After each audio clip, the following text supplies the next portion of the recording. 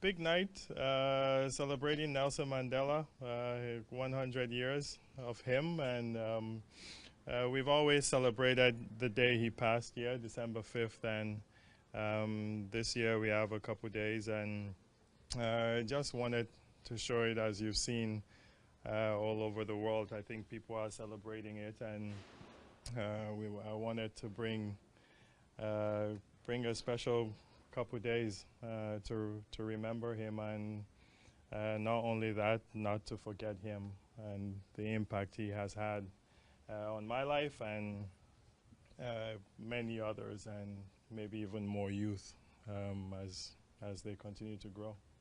I think you said last night you're going to 800 people and 80 tables or something. Would you have ever imagined this would have grown to the level that it has?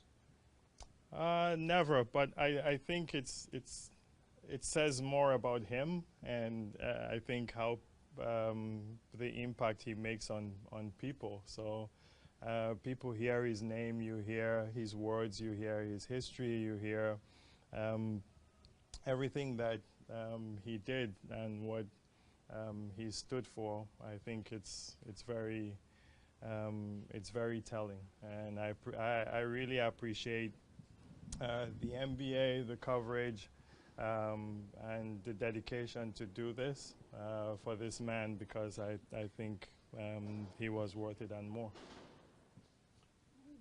What has gone on sort of behind the scenes in terms of the NBA or maybe even ESPN's kind of willingness to participate or help the event grow? Well, we just wanted to make it a special day, and for the event, the Gala, I think there are great partnerships, obviously, with our owners, Bell, Tangerine, Nike, everybody that's participated in this. MLSC has been a huge support, and Larry Tannenbaum and George Cope. But the NBA, Adam Silver, has been really supportive. The Players Association, Michelle, has been really supportive. It's really like awesome to see the players. So there are many things. You see the game, to have that game on national TV. I think it says something and emphasize Mandela. So you to have the young players with ties to Africa being part of it and being able to tell their stories and be part of the NBA as well. It's awesome to have, especially in the game on Wednesday, to have Pascal, Serge, OG, depending on the day he wakes up, whether he's British or American or Nigerian. It depends on what sweatshirt he has on that day. But Embiid, I think these are, and they're making impact in the NBA, which is really cool to see. I think their personalities are showing, and I do commend the work that they do. People don't talk about it as much, but they also do work around the continent and encourage youth to follow, like how they have come to, and I think that goes a long way. So it's great to have good momentum like that. For the team in general, I mean, you guys haven't had a ton of national coverage over the years, at least probably not as much as you guys believe that you deserve. Having an all-day featured coverage on ESPN tomorrow, is that a big step for you guys as a franchise organization? Well, it's what people talk about. For me, we have to build a brand that is worth talking about. That's the first. We can't just complain and complain. And I think these guys are worth it. Like they're playing, they're showing, and as long as it's that, we don't want to make noise with no substance. And I think if we look at over the last few years, like I think I feel that we should get on national TV, and I don't know. We have more this year, and I hope that is we continue, but that it starts with the team and how well we do.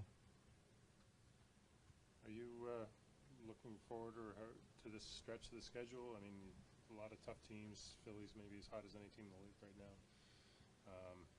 Haven't had a ton of adversity, this group. So what are you hoping to see in the next week or 10 days? It's an 82-game season, and that's the one thing with the NBA. Every team is going to go through, like tough times, and your schedule will get rough at some stages. But these guys are always up for it. I think it was Larry Bird that said it, that it's 41 home games and 41 road games, and as long as it's the same number, we're all going to play the same at a certain time, and I think these guys are up for it. Whoever we play, this is the NBA, and any night you can get beat. So I think they're up for it. Is your team as good as you thought it would be, or better? Or? They're doing well, and as I said, it's an 82-game season, and you just continue to play and grind.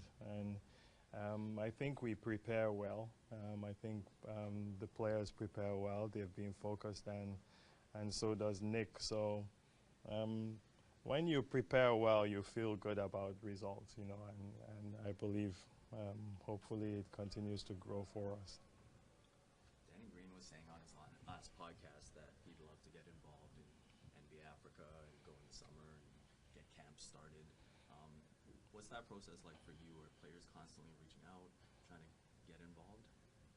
Yeah, the NBA is trying to have me tame it down a little bit, like there's been so many, it's amazing, how many players have come and how many players have participated and how many players do things on the continent, how many people are interested. And now, to be honest, Africa is in my mind is no more about charity. Is investing in the continent, and giving youth opportunity. So we encourage it, and encourage smart people like Danny and the players. They know that this continent is growing, and it's no more. I don't think it's as much of asking, for help. It's more encouraging to come and invest on a great continent that's ever rising and ever growing. Where do you see basketball in Africa, and not just in terms of players, but in terms of investment? Like, it seems like there's an opportunity there in a lot of different ways. Well, the commissioner talked about a Pan-African League last year, and I think that's going to be in motion. I think FIBA are talking about it. We've had good meetings about this and getting strong people involved. And I think, for me, the challenge on the continent is people see Africa as one country, and it's not. There's 54 countries, and with 54 different laws and regulations, rules, and borders, and that's the challenge for us. And once that challenge, I think, is met, and we can have some sort of league, I think it's going to blow up, because you can see that there is talent there. There's honestly, it's a gold mine, and it's just the challenges of infrastructure and coaching and leagues and structure. But in terms of physical talent, I'm confident to say there are 10 Nimbis walking around. There's 10 whoever's walking around in Africa, and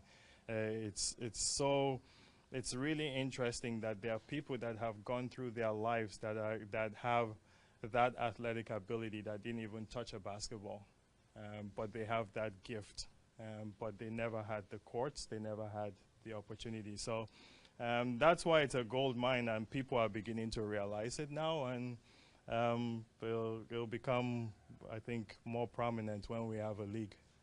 What sort of reception do you notice for someone like Pascal or Embiid when they go back now? What do you notice in the summers about the reception or the reputation of those players there now?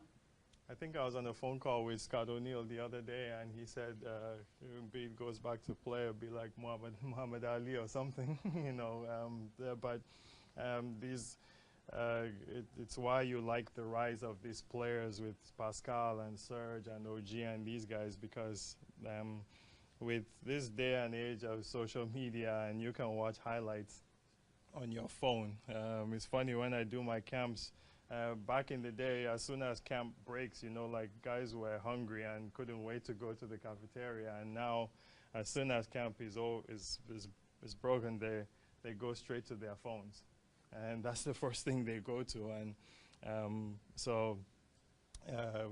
I feel in this day of social media, you know, like it's everybody knows them.